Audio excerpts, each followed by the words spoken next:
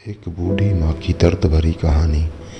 3 साल हो चुके थे बेटे को अपना घर छोड़कर विदेश में बसे हुए। इन 3 सालों में बूढ़ी माँ और ज़्यादा बूढ़ी हो गई थी।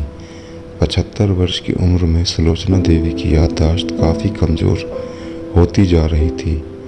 उन्हें रोज़मर्रा की चीज़ें याद ना रहती, लेकिन जो उन्हें हमेशा याद रहता वह था उनका बेटा। दिन हो या रात, एक पल भी ऐसा ना होता जब उन्हें अपने बेटे की याद ना आती। दूसरी तरफ था जो साल भर में एक आध बार अपने माँ को फ़ोन कर लिया करता और 1-2 मिनट से ज़्यादा बातें भी ना किया करता। फिर भी वह बूढ़ी माँ टकटकी लगाए अपने बेटे का इंतज़ार करती रहती। एक दिन बेटे का विदेश से फ़ोन आया। हेलो हेलो, सुन रही हो ना माँ? अनिल बोल रहा हूँ, तुम्हारा बेटा। कैसी हो माँ? मैं ठीक हूँ बेटा। तुम, बहू और मेरा पोता कैसा है? माँ ने पूछा। सब अच्छे हैं माँ। मैं अगले हफ्ते गांव आ रहा हूँ तुम्हें लेने। अब हम सब साथ में ही लंदन में रहेंगे माँ। तुम्हारी बहू कह रही थी माँ को यहाँ पर लेकर आओ, बेचारी अकेली वहाँ परेशान होती होगी, बेटे ने कहा। माँ की बूढ़ी सूखी आंखें आंसुओं से भीग गई। उसके कमजोर शरीर के नस नस में खुशी की लहर दौड़ गई। बेटे और बहू का अपने प्रति प्रेम देखकर माँ का मन खुशी से भर आया। बेटे ने आगे कहा, माँ तैयार रहना माँ, मुझे ज़्यादा दिन छुट्टियाँ नहीं हैं। जिससे जितने पैसे लेने हैं लेकर रखना। तब तक मैं प्रॉपर्टी डीलर से बात कर लेता हूँ घर के लिए। माँ ने पूछा। हाँ माँ, गांव का घर हमें बेच देना पड़ेगा। अब हम साथ में ही रहने वाले हैं तो वहाँ पर घर रखने का कोई मतलब नहीं है माँ, बेटे ने कहा। बुढ़ापे की वजह से ठीक से चलने में असक्षम माँ ने पूरे मोहल्ले में घूम घूम कर अपनी इस खुशखबरी को सबको सुनाया। सभी को खुशी हुई। सबको लगा माँ जी के आखिरी दिन अपने परिवार के साथ खुशी से बीत जाएंगे। घर वापस आकर माँ ने अपने घर के कोने कोने को ऐसे देखा जैसे वह अपने बेटे को देख रही हो। देखे भी क्यों ना, उस घर को अपने बेटे से कम थोड़ी समझा था। अपने पति के साथ 40 साल यही तो बिताए थे, लेकिन अब मजबूर थी बुढ़ापे के आखिरी साल बेटे और बहू के साथ बिताना चाहती थी।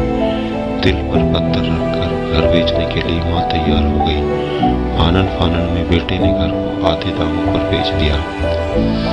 माँ ने ज्यादा नहीं, लेकिन जिन चीजों से दिल लगा था उन चीजों को समेटा और बेटे के साथ टैक्सी में बैठकर एयरपोर्ट के लिए चली गई। एयरपोर्ट पर आकर बेटे ने माँ से कहा, माँ तुम यहाँ बेंच पर बैठो, मैं सामान और बोर्डिंग पास की जांच करा कर आता हूँ।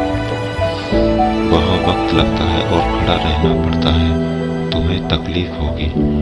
तुम यहीं आराम करो, मैं यूं गया और यूं आया। माँ बेंच पर बैठ गई और बेटा अंदर चला गया।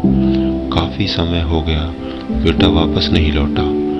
माँ सोचने लगी, ज्यादा भीड़ होगी इसीलिए देर लग रही होगी। अंधेरा होने को आया, अब तो लोगों की चहलकदमी भी कम होने लगी। माँ को अब चिंता होने लगी। एक कर्मचारी ने आकर पूछा, किससे मिलना है माँ जी आपको? यहाँ पर क्यों बैठी हैं? डरती हुई आवाज में सुलोचना देवी बोली, मेरा बेटा अंदर सामान की जांच कराने गया है। लंदन जा रहे हैं हम। क्या नाम है माँ जी आपके बेटे का? कर्मचारी ने पूछा। अनिल नाम है मेरे बेटे का, सुलोचना देवी ने बताया। कर्मचारी अंदर गया और थोड़ी देर बाद बाहर लौटा। उसने सुलोचना देवी से कहा, माँ जी लंदन जाने वाली फ्लाइट तो दोपहर में ही जा चुकी है और आपका बेटा भी उस फ्लाइट में बैठकर लंदन जा चुका है। अब आपके यहाँ बैठने का कोई मतलब नहीं है। आप भी अपने घर चली जाइए। क्या जा चुका है और मैं घर जाऊँ? घर? माँ की आंखों से आंसू से उठने लगे। जैसे तैसे माँ घर पहुँची, जो अब उसका था ही नहीं, बिक चुका था। वो वहीं बरामदे में तुलसी के पास सो गई। घर के नए मालिक को उस पर दया आई तो एक कमरा किराए से उसको दे दिया। पेंशन के खातों से खाना और किराए का बंदोबस्त हो जाता था। दिन बीतने लगे।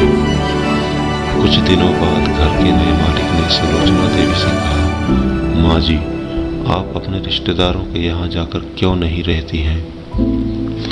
इस उम्र में आपके लिए वही अच्छा होगा। अच्छा तो होगा, लेकिन अगर मेरा बेटा वापस आया तो उसका ख्याल कौन रखेगा? मेरा बेटा बहुत भोला है, उसे अपना ख्याल रखना बिल्कुल नहीं आता।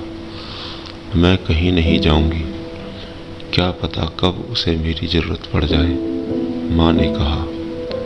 दोस्तों, सच बता रहा हूँ, माँ की ऐसी बातें सुनकर मेरी आंखों में आंसू आ गए। किसी ने सच ही कहा है, पूत कपूत हो सकता है, लेकिन माता कभी कुमाता नहीं होती। दोस्तों, आप सभी से हाथ जोड़कर विनती करता हूँ, अपने माता पिता की जितनी हो सके सेवा करना, उनके साथ कभी बुरा बर्ताव मत करना। तो दोस्तों, इसी तरह की कहानियों के लिए प्लीज़ मेरे चैनल को सब्सक्राइब कीजिए और बेल आइकन को दबाना ना भूलें, जिससे कि आपको आने वाली सभी वीडियोज़ की नोटिफिकेशन मिलती रहे। धन्यवाद।